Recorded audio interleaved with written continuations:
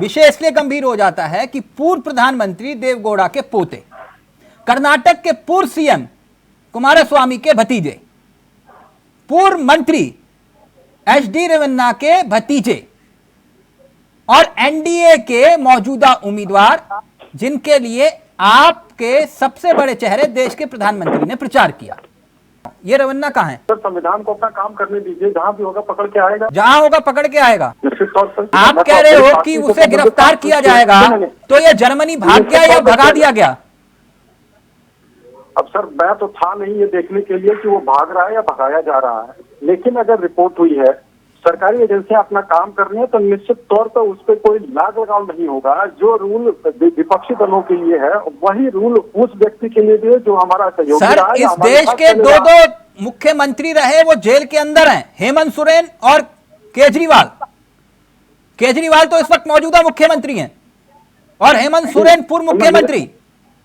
और एक शख्स जिसके 3000 क्लिप आउट हुए 22 और 23 अप्रैल को, कई जगहों पर अश्लील पेन ड्राइव मिले।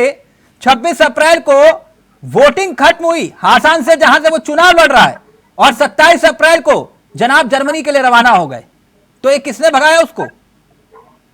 सर, अगर वहाँ के मुख्य, मैंने तो आपने ये बात बताया, मैंने ये भी सुना कि मुख्यमंत्री के पास 2 महीने पहले से वो सारी चीजें उपलब्ध थी, तो कौन रोक रहा था उनको कार्रवाई करने के लिए? अरे कहने तो थोड़ी सी आधी जानकारी होती है, जब जितनी जानकारी है उतनी एसआईटी गठित कर दी गई, लेकिन इनके पास इनके नेता ने बोला कि हमने माननीय प्रधानमंत्री को और प्रदेश अध्यक्ष को बताया। उसके बाद भी मंच में नरेंद्र मोदी जी ने लाए और कहे कि रेवन्ना को पढ़ने वाला एक एक वोट नरेंद्र मोदी को पड़ रहा है। उसके बाद इन्होंने क्या, इनको नैतिक अधिकार ही नहीं इस मुद्दे पे बात करने का।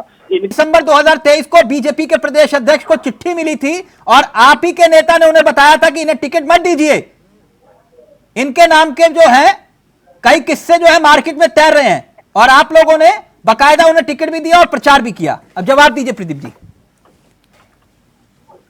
मैं सीधे सीधे से ये कह रहा हूँ कि अगर संवैधानिक संस्थाएं आ गई हैं पिक्चर में, तो क्यों ना उनका सहयोग किया जाए। हमारी पार्टी तो सीधे सीधे से कह रही है, हम तो सीधे से कह रहे हैं कि भाई जो होगा, जो मामला सब छोटे से अगर आएगा जांच में, तो जो संवैधानिक कार्रवाई वो होगी।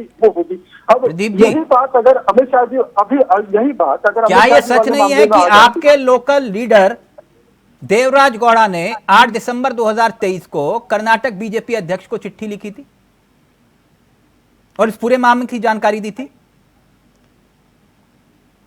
क्या ये सच नहीं है? सर, अभी मैं अपनी स्थिति अगर क्लियर कर दूं, तो चूंकि अभी ये मामला निकला है और मैं व्यक्तिगत तौर पर मैं अभी कुछ कहने की स्थिति में नहीं हूं, ना ही मेरे पास ब्रीफ है और ना ही मैंने इस पर तहकीकात की है। हो सकता है अगले प्रोग्राम में अगर आप मुझे बुलाएं तो मैं उस पर और गंभीरता से और सीरियसली इस पर बात कह दूं। जिस चीज की मेरे पास सही जानकारी नहीं है, मैं उस पर कमेंट नहीं करूंगा। आप इसे कुछ भी कह सकते हैं, मैं स्वीकार कर लूंगा उसको फिलहाल के लिए, लेकिन जब मेरे पास पूरी जानकारी आ जाएगी तो मैं चौड़े में होकर बोलूंगा।